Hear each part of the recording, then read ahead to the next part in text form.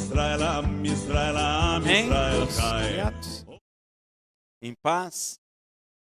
Você sabe que nenhum semeador semeia em tempo de tempestade. Então tem que aquietar a alma.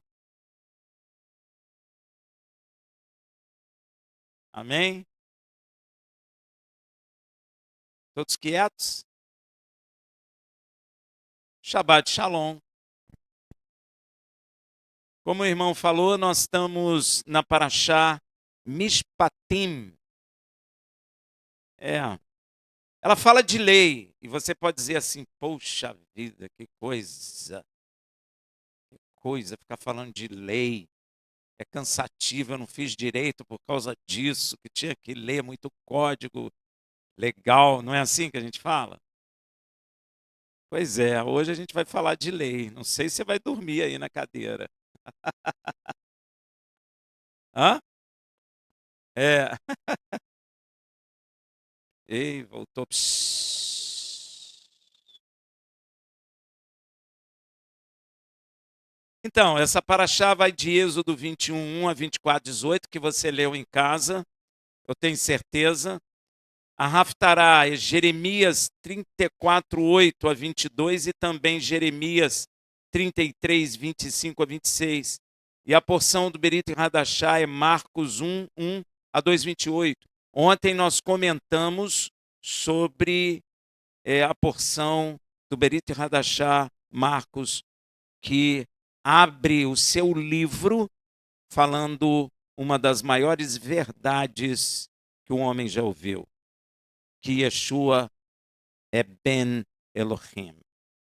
Eu acho que é o único que abre assim, né? Falando com a certeza absoluta que Yeshua é filho de Deus. Hoje nós vamos comentar sobre Êxodo. Para você começar a entender isso, a lei do Senhor é dividida em 6 grupos. Para efeito de entendimento, quem fez essa divisão é Israel e foi muito bem feita. E cada grupo de lei tem um nome e uma função. Então nós temos, eu acho que vocês já ouviram falar, mitzvot, que são mandamentos gerais, que englobam todas as leis e ordens divinas na Torá, somando um total de 613 mandamentos, incluindo o que nós falamos de mandamento positivo, faça, e mandamento negativo, não faça. Amém? Esse é o mitzvot. Temos também o grupo que chama Hukim. São decretos ou estatutos que não têm uma explicação lógica evidente para o entendimento humano, mas que são seguidos por causa da obediência a Hashem. Pois está escrito lá em 1 Samuel, você lembra disso? 15, 22. E Samuel disse: tem porventura o Senhor tanto prazer em holocaustos e sacrifício, como em quem se obedeça à palavra do Senhor? Eis que obedecer é melhor do que, e o atender do que a gordura de carneiros. Então, às vezes, você vai ler uma coisa na palavra, você não vai entender, mas você obedece. Porque às vezes não está no momento de você entender, mas Deus se agrada da obediência. E o interessante é que nós gostamos de filho desobediente ou obediente? Obediente. Nós somos feitos à imagem e semelhança de Deus. Amém? Então esse é o grupo Hukim. Temos o grupo de lei Edot. São mandamentos que se referem à comemoração de eventos ligados ao processo de salvação. Que grupo é esse? Vou dar um exemplo. São preceitos ou decretos, pulei. São observância, por exemplo, do Shabat e as festividades bíblicas. Tudo isso está ligado ao processo de salvação. São leis que ordenam essas festas, o Shabat, entendeu? O Shabat tem mandamento sobre ele. Outro grupo de lei é chamado Pikutim. São preceitos ou decretos frequentemente usados como sinônimos de mitzvot, mas enfatizam a minuciosa observância dos mandamentos de Hashem, né? São leis que nos orientam à observância dos outros mandamentos. Temos também o que nós vamos falar hoje, que é o Mishpatim. Alguns até falam que são julgamentos ou leis sociais e civis que incluem regras sobre justiça, propriedade e interações sociais, para que nós possamos viver bens uns com os outros. Não sei se você sabe, mesmo que você não aceite, quando você está dentro de uma sociedade, você tem lei de relacionamento com as pessoas. Você não pode fazer tudo o que você quer. Não é assim. E Deus estabeleceu os seus mandamentos, seus mispatim, para que nós possamos viver em harmonia. E o grupo chamado Torot são ensinamentos ou instruções que abrangem todo o conjunto da Torá, incluindo leis, as histórias, os princípios de fé e moralidade. Amém? Não pensa você que a Bíblia é uma bagunça, porque ela não é. E muitas pessoas, até dentro da igreja, acham a Torá uma confusão só, mas não é. A confusão está no teu coração, não na palavra de Deus, porque Deus disse assim: eu não sou o quê? Um Deus de confusão. Deus não é confuso. Confusos são os homens e não a palavra de Deus. E essa paraxá, exatamente, ela trata do conjunto de leis chamado Mishpatim. Por isso que a paraxá é chamada Mishpatim. Vamos lá em Êxodo 21, que diz assim: estes são os estatutos que lhes proporás. Olha aí, ó. Estatuto é uma tradução da palavra Mishpatim. Amém? Se você for na Torá, você vai ver Mishpatim. O irmão leu aqui, ele falou Mishpatim. Deu para entender? Por que traduziram pela palavra estatutos? Meu irmão, eu não sei lhe explicar, tá?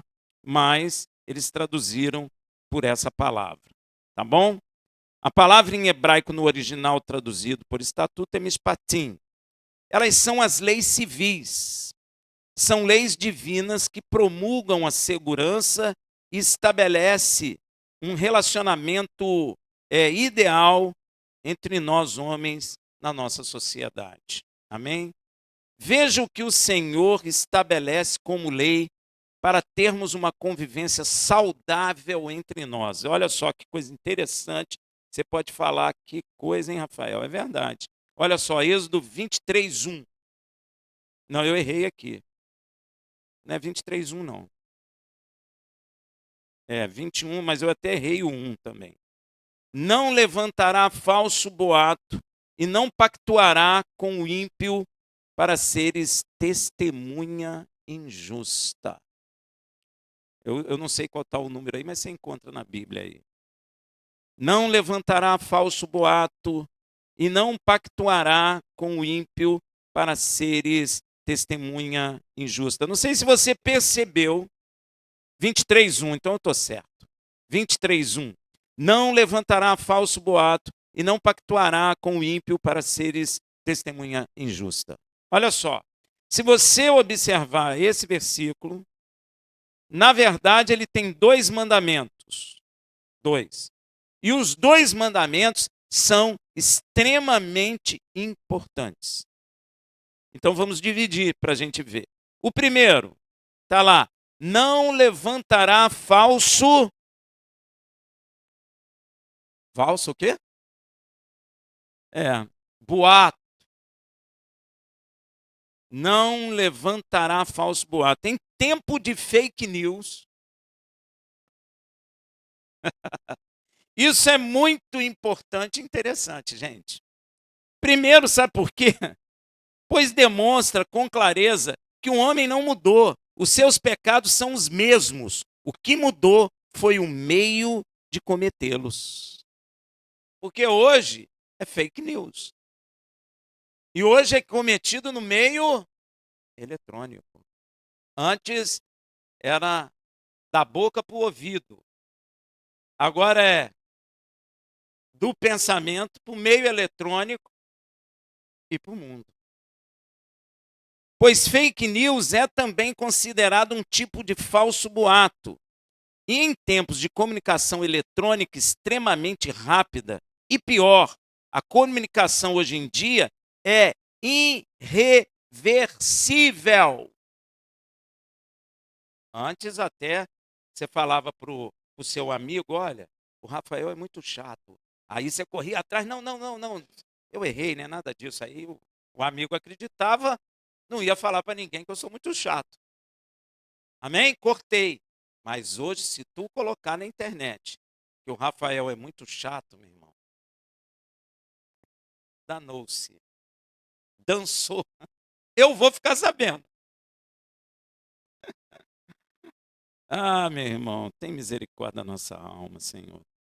Em tempos de comunicação eletrônica extremamente rápido e pior, a comunicação hoje em dia é irreversível, sendo falsa ou verdadeira, uma vez que uma mensagem foi enviada e recebida, não é possível apagá-la completamente ou voltar atrás no que você falou. Já era. O dano se estabelece. Olha que coisa. A informação propaga de forma exponencial. E isso se aplica tanto à comunicação verbal quanto à escrita, incluindo e-mails, mensagem de texto e posts das redes sociais. Ou seja, chame fake news ou falso boato, continua a ser pecado diante do Criador. O pecado ficou com o nome bonito. Fake news. Aí, para ser moderno, você não fala boato. Você fala o quê? Fake news. Você não fala fofoca, mas você fala fake news. E muitas das pessoas que repetem, você pergunta o que é fake news. Ela nem sabe. Mas ela fala fake news, porque aí fica bonito para quem ouve. Mas isso nada mais é que um boato. Então Deus é Deus, não é? O que é que ele está falando? Hein? Não faça. Não faça. Olha aí. Ó. Eu quero lembrar a todos que, ainda que seja no meio eletrônico, por e-mail, por mensagem de voz, por mensagem de texto, em posts nas redes sociais, elas são suas palavras que estão se fixando lá. Elas são suas palavras. Não importa se é no meio eletrônico ou não. E quero dizer que Yeshua nos advertiu a respeito disso. Olha que coisa. Vai lá em Mateus 12, 36 a 37. Olha o que ele fala. Mas eu lhes digo que no dia do juízo, os homens haverão de dar conta de toda palavra inútil que tiverem falado. Pois por suas palavras você será absolvido e por suas palavras você será condenado. Então, meu irmão, cuidado com o que você anda falando ou escrevendo no meio eletrônico. Pois tu serás julgado por isso.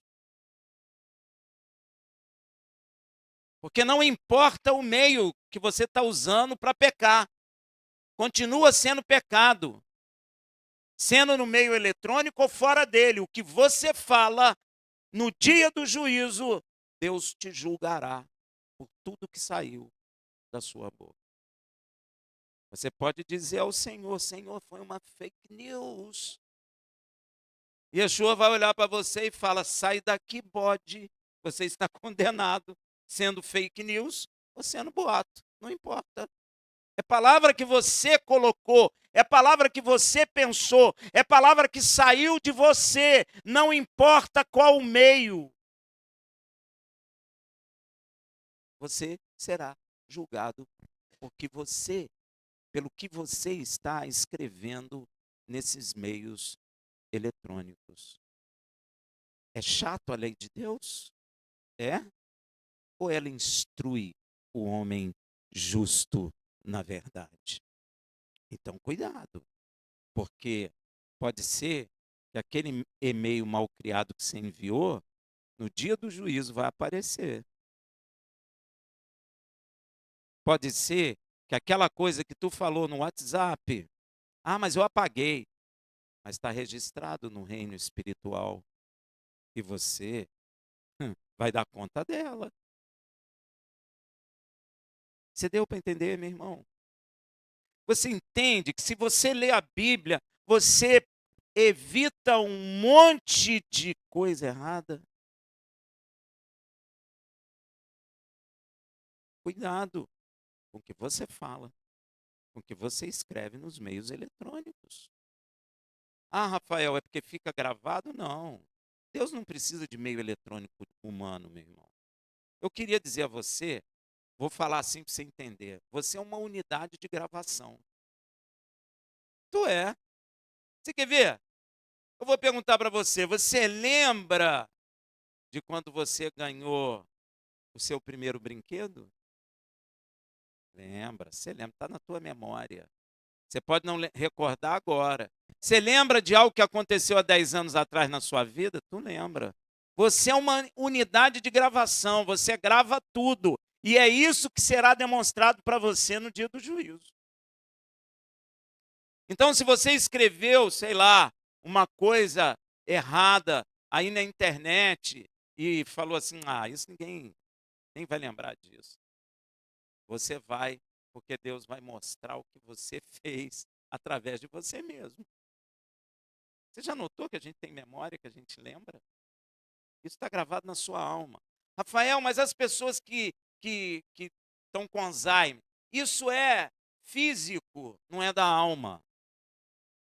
A alma não, quando ela sai do corpo, acabou o limite físico dela. E vai estar tudo gravado que você fez. Até aquilo que você falou de mim. Olha, o Rafael é isso, assim, assim. Pede perdão. Pede perdão. Tudo gravado. Cheiro, o que você falou, o que você viu. Por isso que às vezes não é bom você ficar colocando os olhos nessas notícias ruins, porque isso grava dentro de você. Você é um gravador, gente. Não é à toa que o homem está criando gravador, gente. Por que o homem está criando gravador? O homem está tentando imitar ele mesmo. Por que o homem está criando computador? O computador não é igual à memória do homem?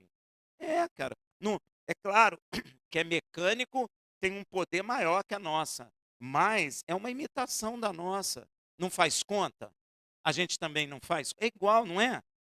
Ele não consegue te filmar ali na câmerazinha do computador, te filma, etc, etc. Teus olhos são a janela da alma. O que a alma está vendo está gravando. Você acha por que Deus fala? Guarda no teu coração, ensina os teus filhos. O coração é um gravador, meu irmão. É um gravador. Deus não quer escrever a lei dele no nosso coração? Yeshua não fala, a boca fala que o coração está cheio? Aí é o gravador, meu irmão. Você bota a fita para tocar lá, sai na boca aquilo que tem dentro.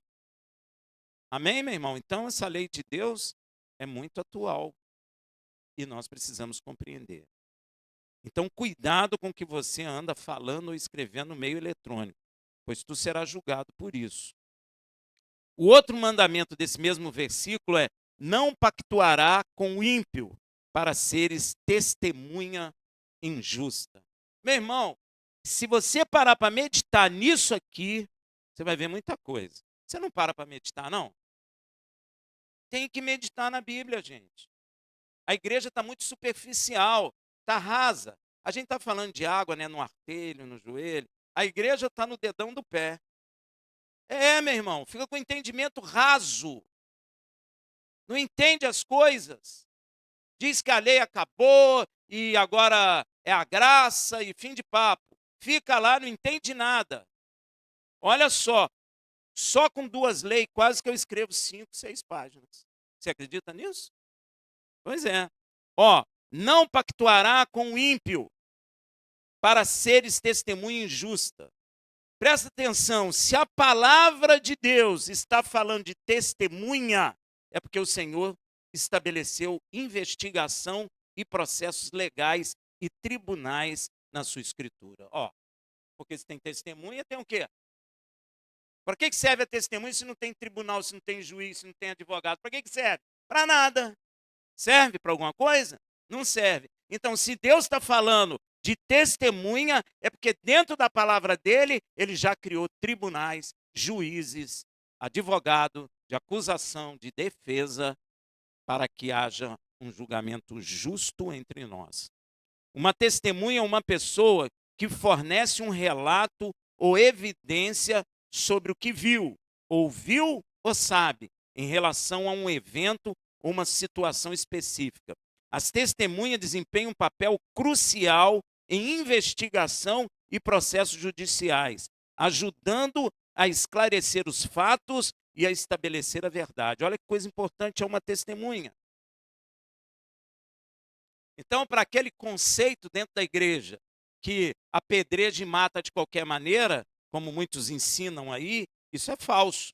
Deus não mandou apedrejar de qualquer maneira. Precisa de tribunal, de justiça, de juiz, tem que estar dentro da lei de Deus e etc.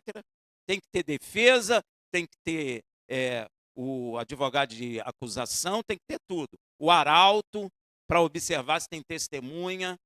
Entende? Tem testemunha aí? Não, não tem. Então vamos julgar. Você deu para entender? Tem toda uma estrutura judicial nas escrituras. Uma testemunha injusta é uma pessoa que, ao dar seu testemunho em um contexto legal ou judicial, fornece informações falsas, enganosas ou distorcidas com a intenção de influenciar o resultado do processo de maneira desonesta. Deu para entender? Enquanto uma testemunha verdadeira dá um andamento justo ao processo, uma testemunha falsa quer distorcer o resultado daquele processo. Tá bom? É isso. Então, a testemunha falsa, injusta, ela pode mentir, ou seja, ela mente. Ela omite fatos. Eu não sei se você sabe, omitir também é pecado. Rafael, tu viu? Não, estou pecando se eu vi. Então, cuidado, gente. Deus não é Deus de brincadeira, não. Por isso que eu acho que a igreja está muito sem entender as coisas. Olha, o juízo de Deus vai ser assim. Pô, por que você disse que não viu aquilo assim, assim, se tu viu? Aí tu vai dizer o que para o Senhor? Hein? Ah, Senhor, fiquei com medo. Eu vou dizer isso aqui, omitir fatos importantes ou manipular informações para beneficiar uma das partes envolvidas no caso, prejudicando assim a justiça e a verdade. Muita gente mente para ajudar. Gente, não faça isso. Não, não minta. Você mentir para ajudar, você é falsa testemunha. Se você é falsa testemunha, mas eu oro em línguas, problema seu. Gente. Eu sou profeta, problema seu. Eu sou mestre na palavra, problema seu. Se você mentiu para ajudar, no dia do juízo, Yeshua vai te chamar de bode. E você vai para o lado esquerdo. Você está vendo como é sério? É muito sério. É por isso que a igreja não lê a lei de Deus. Porque a pessoa não precisa de mudar, a pessoa faz aquilo que acha que deve fazer. E aí ela se agrada disso, porque não tem nada que a impeça. Aí ela dá livre curso ao pecado, achando que está agradando a Deus e não está. E aí arruma a justiça dela própria, como esse negócio, mentir para ajudar. Meu irmão, já ouvi isso de pastor. Não, eu menti mesmo que eu queria ajudar, que a pessoa está com necessidade, etc, etc. Isso é loucura. Isso é dar a sentença de condenação a si mesmo. Porque o Senhor vai trazer isso. E a pessoa não vai ter o que dizer. Está vendo aí, gente, que perigo que é? Então, é o famoso mentir para ajudar. E isso é pecado. Foi exatamente uma falsa testemunha que buscaram contra Yeshua para mentir a respeito dele em favor do Sinédrio, que é o Supremo. O Brasil tem Supremo? Sinédrio era a Suprema Corte Judicial em Israel. Olha como Deus organizou as coisas. Mas só que já estava tudo corrompido. Então, em vez do Supremo fazer uma justiça legal, direita, já estava distorcendo tudo e querendo arrumar uma testemunha falsa para matar Yeshua, que estava incomodando eles. Eles deveriam defender Yeshua, porque Yeshua não tinha acusação nenhuma contra ele, mas eles estavam querendo que uma testemunha falsa. Olha lá em Mateus 25, de 59 a 60. Ora, os principais sacerdotes, todo o sinédrio, ainda juntou o sacerdote, e o sinédrio buscavam falso testemunho contra Yeshua, para podê-lo entregá-lo à morte. Ó, queriam matar ele. Mas não encontravam, porque ele não fez nada de errado. E não achavam. Olha aí, ó. Apesar de se apresentar muitas testemunhas falsas. Gente, se você clamar por testemunha falsa, aparece um monte. Olha que coisa horrível. Agora, a mentira era tão grande que nem os seus acusadores estavam aceitando aquelas mentiras. Até que, por fim, compareceram duas testemunhas falsas que acusaram Yeshua. E já há um veredito eterno para quem comete este pecado e não se arrependeu. Eu botei não se arrepender para você entender que sempre tem a possibilidade do arrependimento. Mas se morrer sem arrepender, já era. Seja seu pai, sua mãe, seu irmão, seu primo, seu marido, sua esposa, seja quem for. Se cometeu isso, morreu sem arrependimento, aí está o que vai acontecer sobre eles. Provérbio 19:5. A testemunha falsa não ficará impune. Eita. E o que profere mentira não escapará. Gente, olha que coisa séria isso. Para que eu ouvi dentro da igreja que a pessoa foi dar testemunho ao Estado para ajudar uma pessoa, para que o Estado pagasse pensão para a pessoa. E a pessoa do Senhor deu esse testemunho falso para o Estado passar eu acho que a aposentadoria, porque o cara tinha morrido para aquela pessoa. Crente. Se não se arrependeu, no dia do juízo, olha o que a palavra fala, o que profere mentira não escapará. E sabe qual é a punição judicial bíblica para as testemunhas injustas, falsas, chamada também de testemunha iníqua, que não se arrependerem? Veja em Devarim 19, 16, 20. Se uma testemunha iníqua se levantar contra alguém para o acusar de transgressão, então aqueles dois homens que tiverem demanda se apresentarão perante o Senhor, diante do sacerdote e dos juízes que houver nesse dia. O sinédrio não era assim? Sacerdote e juízes? Aí, ó, como Deus estabeleceu. E os juízes inquirirão cuidadosamente. Inquirir é o quê? Vai investigar cuidadosamente. E eis que, sendo a testemunha falsa e falso seu testemunho que deu contra seu irmão, far-lhe-ás como ele cuidava fazer a seu irmão. E assim exterminará o mal do meio de ti.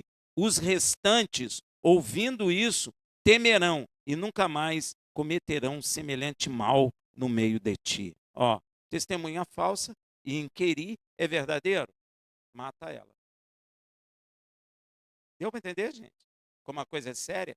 E sabe o que vai acontecer? Se essa testemunha falsa, seja em qualquer processo no mundo, ela morreu feliz da vida, rica, no dia do juízo, ela vai ser lançada no lago de fogo e enxofre, que é a segunda morte. Porque o veredito para ela é a morte. E o lago de fogo e enxofre é o local da segunda morte. Amém? Agora, quem conhece o termo aí em latim, olha só, eu acho que tem gente que conhece, olha que bonitinho. Vox populi, vox dei. Quem conhece?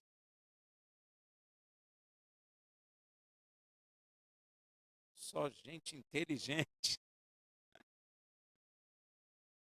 Dá até nome de cachorro. Vox populi. Vox dei. Essa expressão ela é muito antiga, gente, muito. E tem sua origem, sabe aonde? Roma. Podia vir de onde esses negócios, gente? Me desculpe os romanos. De onde vêm esses negócios? De lá. E foi espalhada pelo mundo a partir da Idade Média. E eu quero dizer uma coisa para você. Você vive em uma sociedade que tem como base essa frase. Sabia disso? Você está vivendo numa sociedade, ou melhor, até vou te dizer uma coisa: a sociedade no mundo está baseada, quase todas as nações, nessa frase. A voz do povo é a voz de Deus. Essa frase reflete a ideia de que a opinião e a vontade do povo devem ser consideradas supremas e divinas. Eu até dei uma pesquisada para saber o nome da figura, da criatura que criou esse negócio, mas até isso eles têm dúvida entre alguns. Mas saiu de Roma esse negócio. Especialmente no contexto da tomada de decisões políticas e sociais. Ela enfatiza a importância da participação popular e da soberania, sabe o quê? Democrática. A democracia é baseada nisso. É a voz da maioria é que vale. Então, se a maioria disser assim, vamos tomar veneno, é o que vale. Você só elege a maioria. Então, a nossa sociedade é baseada nessa frase. Por isso que eu digo para você, nenhum tipo de política vem de Deus, é tudo homem. Agora, você precisa entender que, na verdade, isso é muito perigoso. Muito perigoso. Primeiro, que a voz do povo, ou da maioria, em definitivo, não é a voz do Criador, né? Não é mesmo. Porque a maioria nunca está do lado de Deus. Concorda comigo? Se você ler a Bíblia, é sempre a minoria que está. A maioria está sempre contra. Então, a voz da maioria, em definitivo, não é a voz de Deus. E segundo, não significa que a voz da maioria é que está correta. Quem disse que é? E você sabe que nenhum de nós analisa. Analisa? Não. Tanto é que a gente concorda com a democracia. Olha o que um homem criou lá atrás em Roma, e isso veio refletir em nossas vidas hoje, hein? Se for para o bem, até a gente pode dizer que tudo bem. Se for para o bem, mas a maioria para o mal. E se for para o mal? Como é que resolve essa questão? É aí que Deus, ele entra com a sua lei para regularizar essas coisas. Êxodo 23, versículo 2. Não seguirá a multidão para fazeres o mal, nem numa demanda darás testemunha acompanhando a maioria para perverter o juízo. Quer ver um exemplo? Veja Noé. Ele não acompanhou o povo da sua época. Imagina se Noé acompanhasse a maioria. Onde é que Noé estava hoje? No fundo do mar. Não é? Ele era um homem que se destacou por sua obediência a Hashem, em um tempo em que todo o povo da terra se afastava dos caminhos divinos. ele obedeceu a Rachem, mesmo quando isso significava ir contra a voz da maioria, a voz do povo, em um tempo em que a humanidade já estava corrompida e afastada dos caminhos divinos. Noé foi contra toda a sociedade e manteve sua fé e sua obediência a Yud-Heh-Vav-Heh. Noé não foi após a maioria. Por isso, o Senhor o escolheu para viver, pois ele não foi após a maioria. Veja lá em Gênesis 7:1. Depois disse o Senhor a Noé: entra na arca, tu e toda a tua casa, porque tenho visto que és justo diante de mim nesta geração. Aprende uma coisa: o justo nunca anda com a maioria. Se você olhar as escrituras, você vai ver que o justo está sempre sozinho. Os profetas estão sempre sozinhos. E Yeshua andou praticamente sozinho. E na hora que perseguiram ele, espalhou todo mundo. O justo está sempre só, humanamente falando. Porque ele escolhe a Deus e não a maioria. E lembra da história do bezerro? Tem gente que fala assim, bezerro. Não é bezerro, é bezerro. Você lembra da história do bezerro de ouro? Ela é relatada lá no livro de Êxodo, capítulo 32. Nós não vamos lá não, só vou comentar. De acordo com o relato bíblico, enquanto Moisés estava no Monte Sinai recebendo os 10 mandamentos, ele estava o quê? Junto com todo mundo? Sozinho. Aí, ó. Mandamento de Elohim. O povo de Israel, impaciente com a ausência de Moisés, pediu a Arão para fazer um ídolo que eles pudessem adorar. Arão, cedendo à pressão da maioria, pediu que eles entregassem suas joias de ouro e com isso ele criou o bezerro de ouro. Olha só, ele pecou contra Deus por causa da maioria. Olha o perigo da maioria. A gente via muita coisa assim, vamos na igreja, só se você for. Não, então vamos todo mundo. Aí vai aquele grupo. Acha aquilo lindo. Mas aquilo não é de Deus, meu irmão. Porque Deus, quando chama, te tira do meio do povo. Tira ou não tira? Separa. Até da tua família. Veja, Josué já foi diferente de Arão, ó. Ele não esperou a posição do povo, da maioria de Israel, para servir o Senhor. Ele tomou sua decisão. Deus se agrada disso. Ele tomou sua decisão pessoal, independente do que a maioria do povo faria. Olha o que diz em Josué 24:15. Mas se vos parece mal o servirdes ao Senhor, escolhei hoje a quem haveis de servir.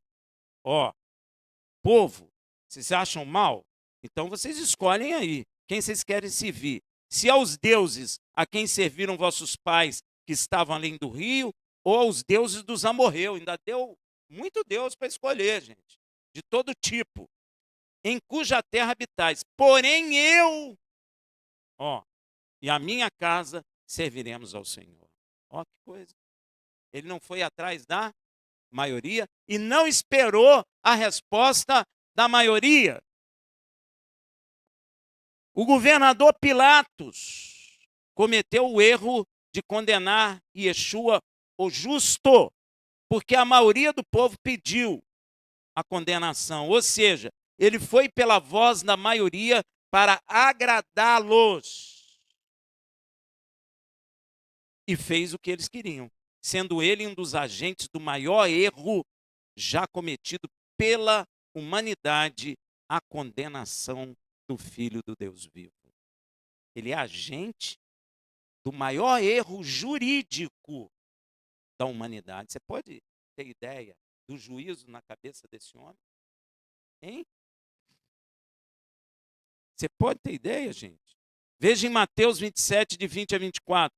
Mas os principais sacerdotes, os anciãos, persuadiram as multidões, a multidão aí, a que pedissem Barrabás e fizessem morrer Yeshua. O governador, pois, perguntou-lhe: qual dos dois quereis que eu vos solte? Olha só. Ele tinha autoridade para soltar o justo? Tinha. Mas olha o que ele faz. Quem vocês querem que eu solte? Esperto, né? E disseram, Barrabás, tornou-lhe Pilatos, que farei então de Yeshua, que se chama Machia? Disseram todos, seja crucificado. Pilatos, porém, disse, pois que mal ele fez? Olha aí, ó. Mas eles clamavam ainda mais, seja crucificado. Ao ver Pilatos que nada conseguia, mas pelo contrário, que o tumulto aumentava, mandando trazer água, lavou suas mãos diante da multidão, dizendo, sou inocente do sangue deste homem, seja isso lá convosco. Ele é inocente? Não, ele tinha autoridade, não importa o povo, o que importa é a justiça verdadeira, não o que o povo está falando, só que ele foi um agente da maior injustiça já cometida em juízo pelo ser humano. Inclusive, Paulo ficou preso por mais de 2 anos, porque Félix quis agradar aos judeus. Logo, para agradar a maioria, perverteu o juízo, prendendo um justo. Veja Atos 24, 27. Mas, passado 2 anos, teve Félix por sucessor Pórcio Festo. E, querendo Félix agradar aos judeus, deixou Paulo preso. Gente, por 2 anos, olha só que injustiça. Por 2 anos, ele não tinha feito nada. Ficou preso por causa deste comportamento maligno. Agora, você sabe qual é o nome? Este comportamento de tomar a decisão baseado na opinião da maioria é um grande perigo. E você sabe qual é o nome deste comportamento hoje em dia? Você sabe? Hein? Hoje em dia, como é que chama esse comportamento?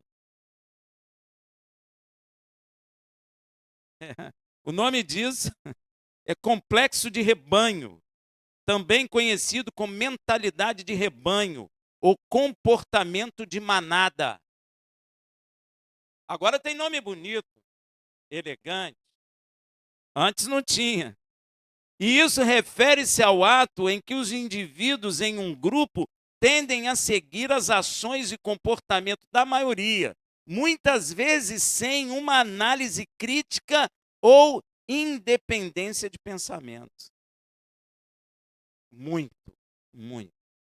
Torcida de clube em geral, no mundo inteiro, faz muito isso. Tudo que um faz, todo mundo faz. Ninguém pensa. Isso é extremamente perigoso.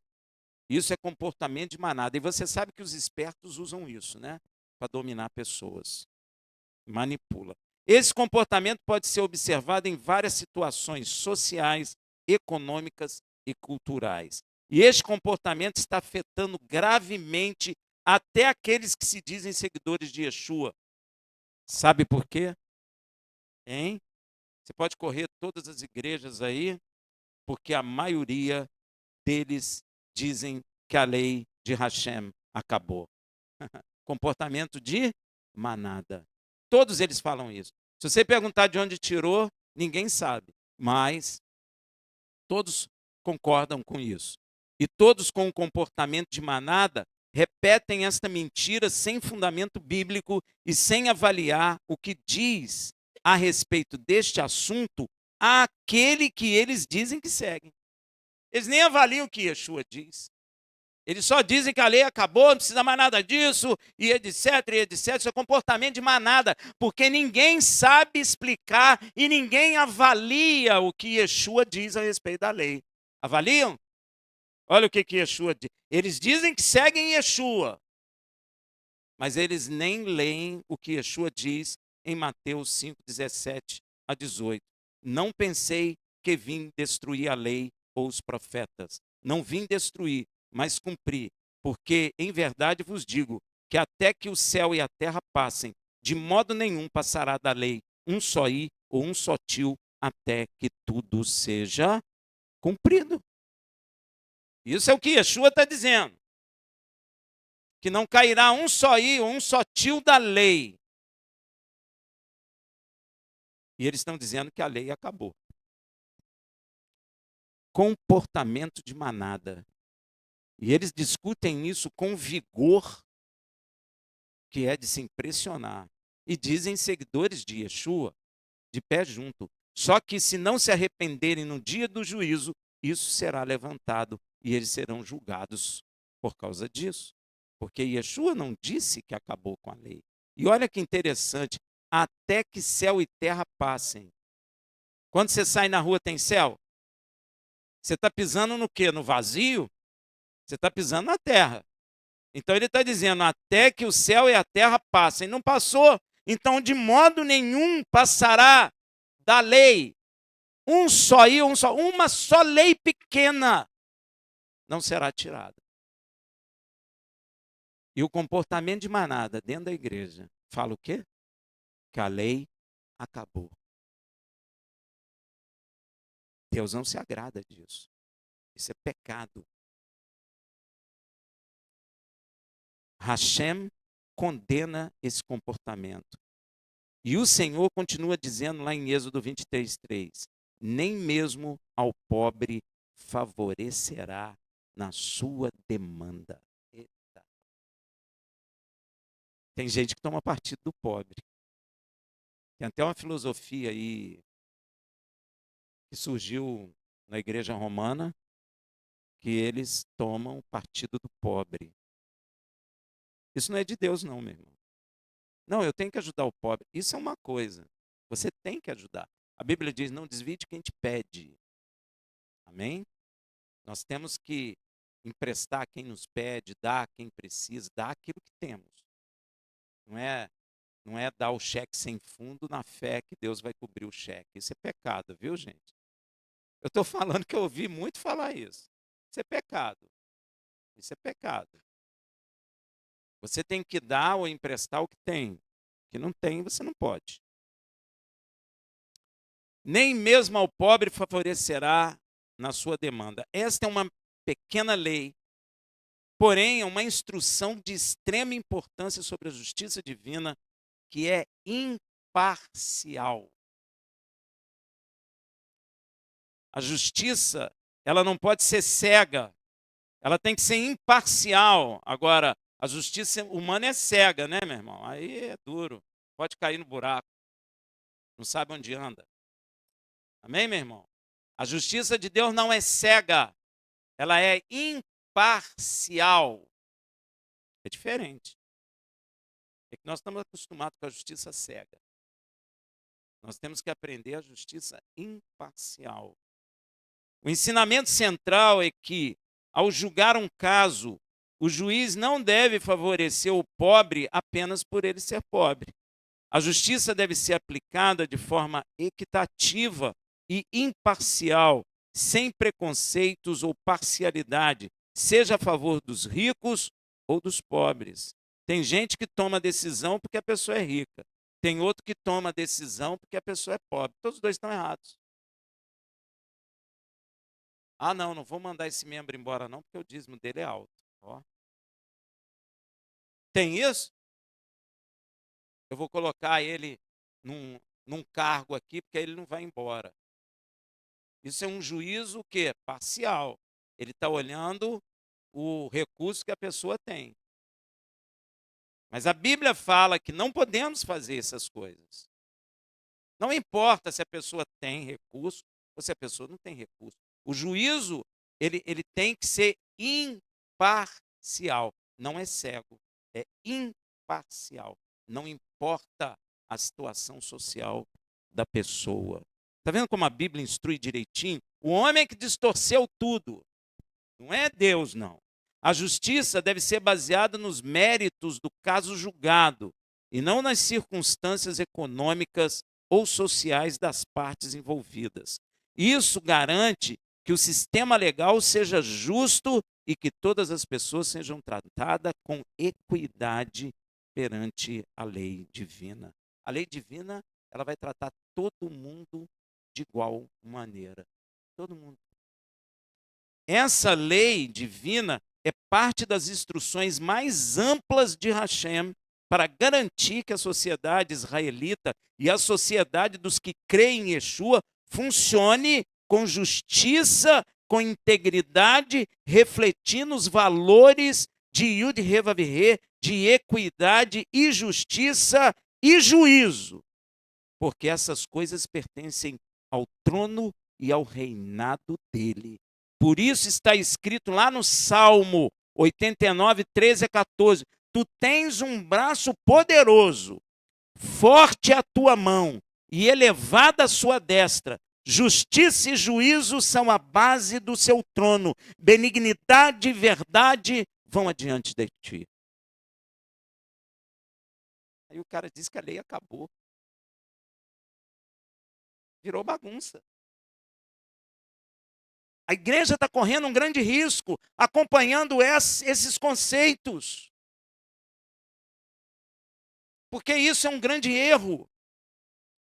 E veja esta lei lá em Êxodo 23, de 4 a 5. Olha só. Se encontrares desgarrado o boi do teu inimigo, ou o seu jumento, sem falta lhe reconduzirá.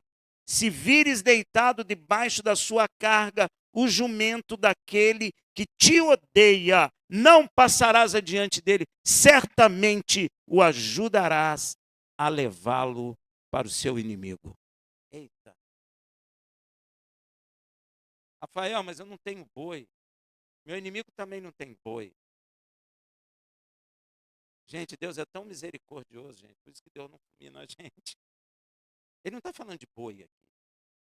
Lembra que está escrito na lei lá? Não atará a boca do boi e debulha. Paulo não está ensinando. Deus não está tendo cuidado de boi. Está tendo cuidado de vós. Vocês que trabalham na obra do Senhor, é digno que vocês recebam também o que é material daqueles que te ouvem. Ele não está tendo cuidado de boi. Aqui ele não está tendo cuidado de boi. Gente, a igreja precisa ser sacudida. Precisa. Meu Deus, não entende nada. Se tornou cega. Propagou a lei, acabou, virou uma bagunça. Cada um faz de um jeito, o outro bota pipoca lá na frente para vender, porque dá não sei de quantos milhões por mês, de tanta pipoca que vende, na porta da igreja fez um negócio. Paulo está falando que isso aconteceria. Aí fala da lei de Deus, faz o quê? Você está voltando para a lei, você está debaixo da lei, você perdeu a salvação. Mas onde é que está escrito que a lei acabou? Não, porque nós estamos no tempo da graça. Aí eu pergunto para você, ô cabeça dura, eu pergunto para você, Abraão foi salvo pela lei ou pela graça? Ele é chamado pai da fé, então como é que a graça acabou com a lei? Ou como é que a graça é só agora? O que Deus falou para Moisés? Ou Moisés falou para o Senhor? Senhor, tu diz que tem achado graça em mim, ó. Gente, cuidado. Cuidado que você pode pensar aí dentro do seu orgulho que você está salvo e não está. Porque fica propagando essas mentiras e Deus vai julgar. Agora, você sabe o que significa, de fato, essa lei que a gente acabou de ler aqui? Vou ler de novo. Se encontrares desgarrado o boi do teu inimigo, ou o seu jumento, sem falta lhe reconduzirás. Se vires deitado debaixo da sua carga o jumento daquele que te odeia, não passará adiante, certamente o ajudarás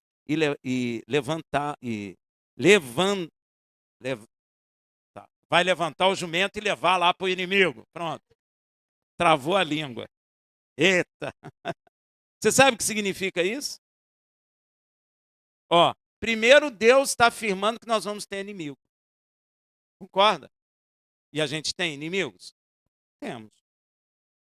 Segundo, o Senhor está dizendo que se eu encontrar o boi ou o jumento que pertence àquele que me odeia, ou seja, meu inimigo, que eu devo pegar e levá-los até o meu inimigo.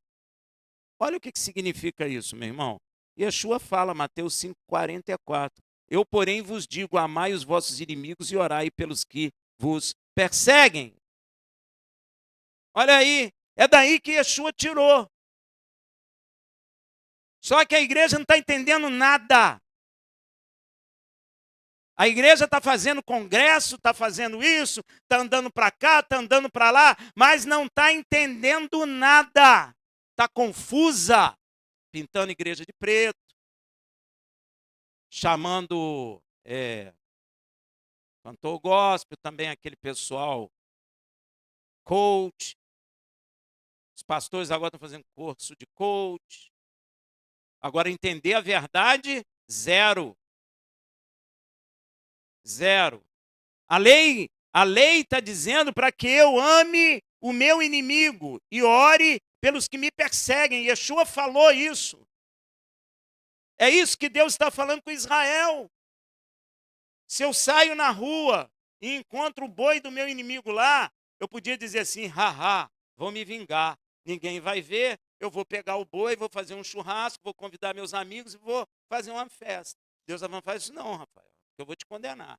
Pega o animal, leva na casa do seu inimigo, bate a porta e fala aqui, ó, encontrei teu animal desgarrado. Toma. O que eu fiz? Amei o meu inimigo. O Senhor não está dizendo que ele vai se tornar meu amigo. Ele está dizendo que assim eu amo o meu inimigo. Porque o amor é interessante. O amor diz assim, não faça ao próximo aquilo que você não faz, não quer que faça contigo. Se eu perco o meu boi, eu quero que, mesmo que meu inimigo encontre, me entregue. Então faça ao próximo aquilo que você quer que faça. Isso é que é amor. Amor nem é aquele negócio que você fica olhando para o outro e fala, eu te amo. Isso é de Hollywood. E você está acostumado com essa baboseira. Amor não é isso. Isso é baboseira da carne.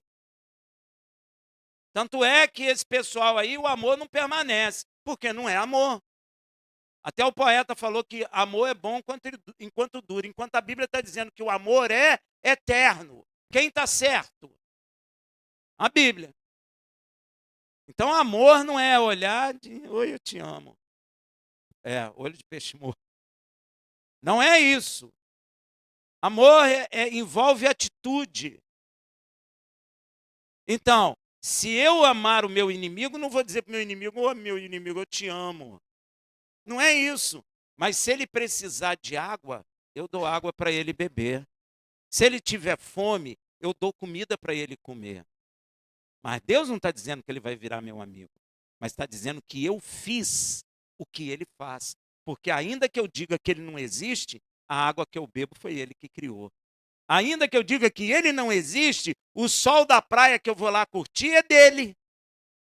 Ele não fez uma nuvem preta em cima de mim só porque eu disse que ele não existe e raio em cima de mim. Tchau, tchau. Ele não fez isso. Ele continuou me amando, deixando eu beber a água, deixando eu curtir o solzinho. Eu viajo com a minha família. Eu digo que foi de outro planeta que a gente veio, mas ele me deixa curtir tudo que ele criou. O peixinho assado. Eu como peixinho assado. Se você estiver em casa, me convida, porque é bom demais. Ainda que eu negue que Deus existe, eu posso comer o peixinho assado. Isso é amor. E ele quer que eu seja como ele. Ah, Rafael, então por que ele falou dos bois? Ele falou dos bois porque Israel, na época, era agrícola, mexia com animal. Então ele explicou usando os animais. Agora, a gente pode mudar. Se eu encontrar o carro do meu inimigo, babando óleo ali fora, em vez de eu pegar o fósforo e riscar para pegar fogo, eu dou um jeito, arrumo o carro e aqui, meu inimigo, toma aí o carro. Pronto. Deu para entender? É isso, meu irmão. Se ele falasse da lei dele hoje, ele ia usar o que nós entendemos hoje. Ele usou o que eles entendiam na época. Ele não podia falar de carro. Como é que ele ia falar? Ah, vocês vão criar carro. Eles não iam entender. Então fala do boizinho, não é mais fácil? Ele falou assim, ó, não atarás a boca do boi quando debulha. Deus está cuidando dos boi? Não, está cuidando de quem trabalha na obra do Senhor. Você não pode deixar de alimentar quem trabalha na obra do Senhor. Quem te dá o alimento espiritual, você tem. É justo que você dê o físico. É isso que está ensinando. Ele não está tendo cuidado do boi.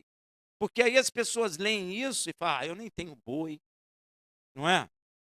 Aí quem tem boi fica, caramba, não amarra a boca do boi não, hein, gente? Porque o pessoal amarra. Gente, esse pessoal não é fumalha não. Amarra a boca do boi, para o boi debulhar, mas não comer, porque o dente é grande.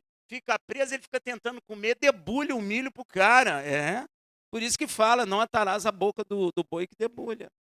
Eles prendem aqui, o boi fica tentando ali, tadinho, que maldade. Antigamente, não sei se faz ainda. Então, eu, porém, vos digo, amai vossos inimigos e orai pelos que vos perseguem. E Paulo reafirma isso aos Romanos, 12, de 20 a 21. Olha o que ele fala.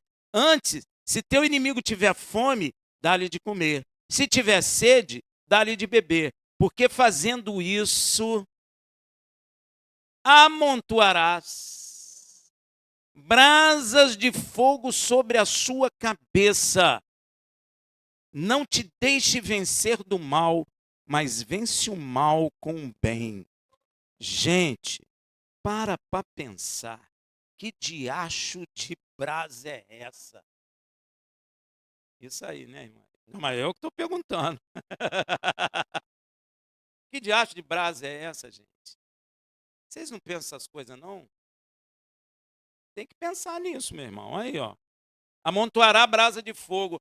Mas se parece que é bom o negócio, não é? Porque ele falou, se você fizer isso, vai amontoar brasas de fogo na sua cabeça. Opa! Mas, Senhor, brasa não queima? Alguém fez isso, ficou olhando para a cabeça para ver se tinha.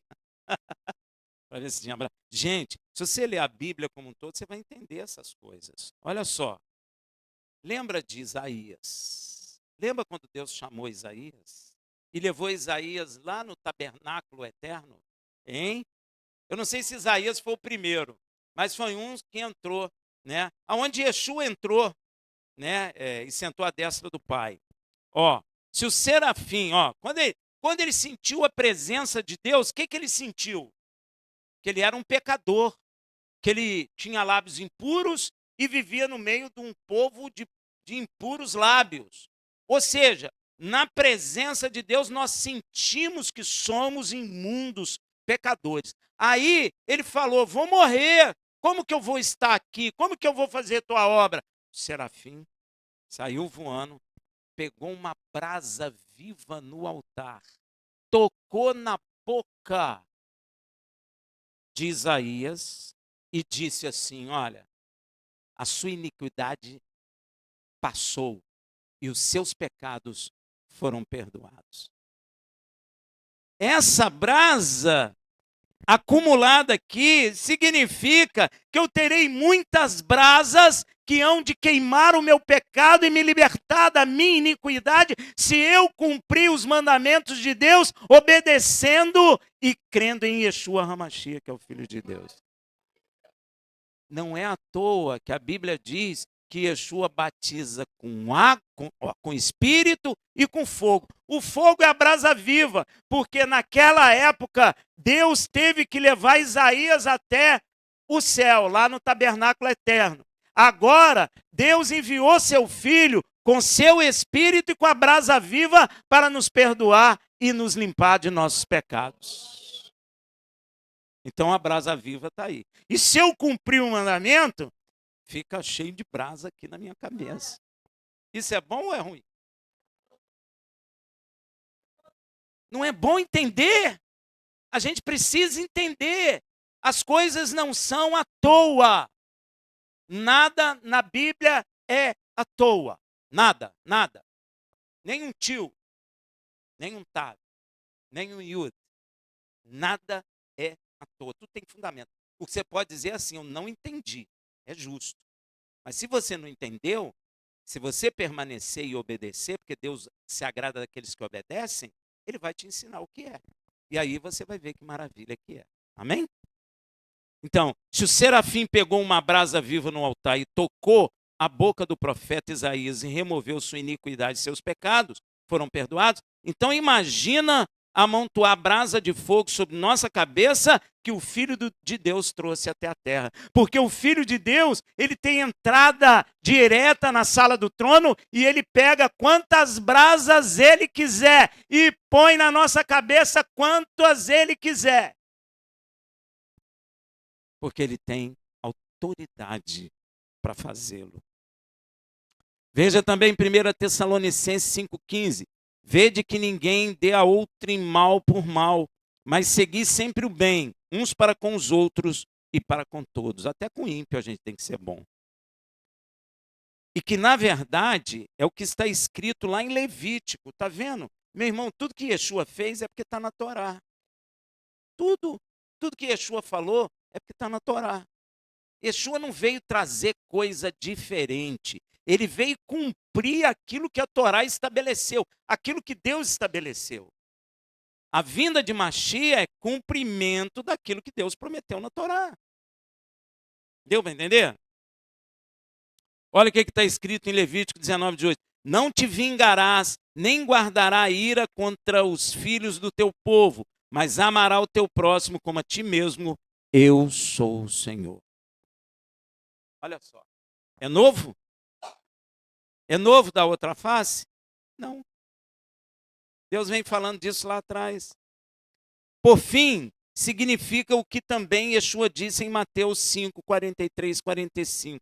Ouviste que foi dito, amará ao teu próximo e odiará teu inimigo. Eu, porém, vos digo, amai aos vossos inimigos e orai pelos que vos perseguem, para que vos tornei filhos do vosso Pai que está nos céus, porque ele faz nascer o seu sol sobre maus e bons, faz chover sobre justos e injusto.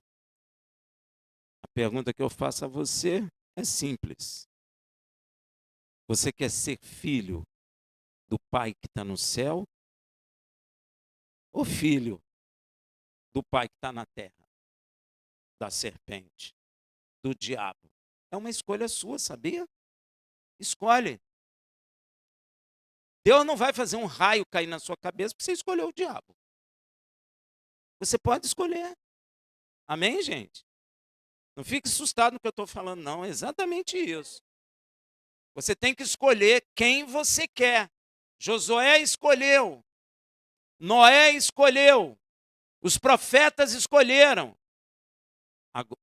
Os apóstolos também escolheram. Agora é a nossa vez. Quem você escolhe?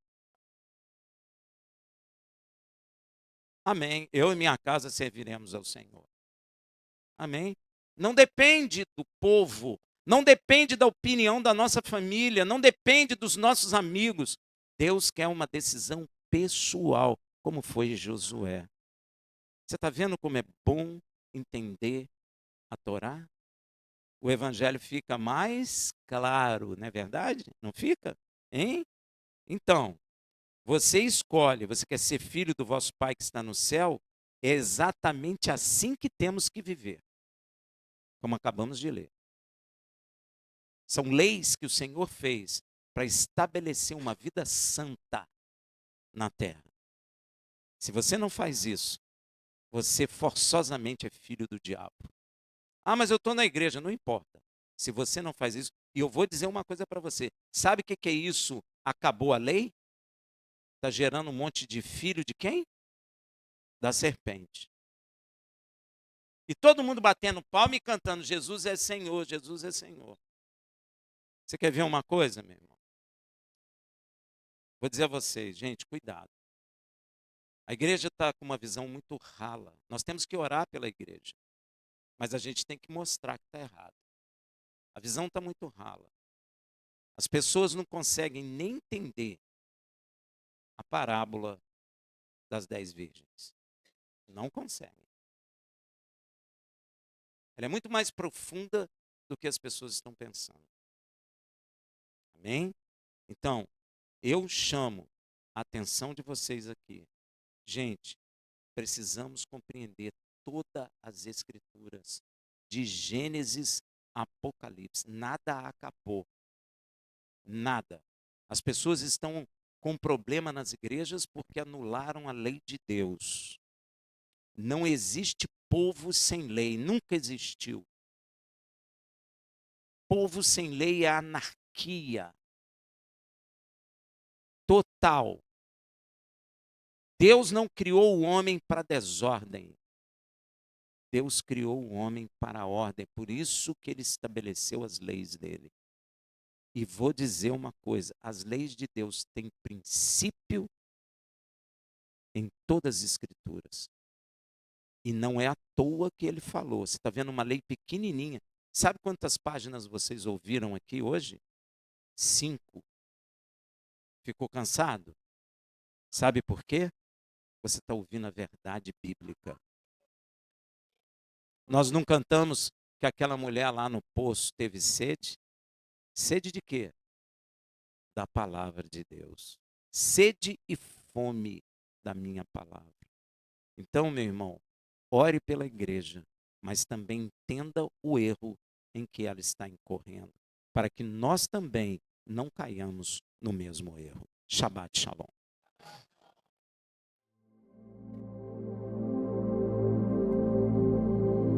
Vamos.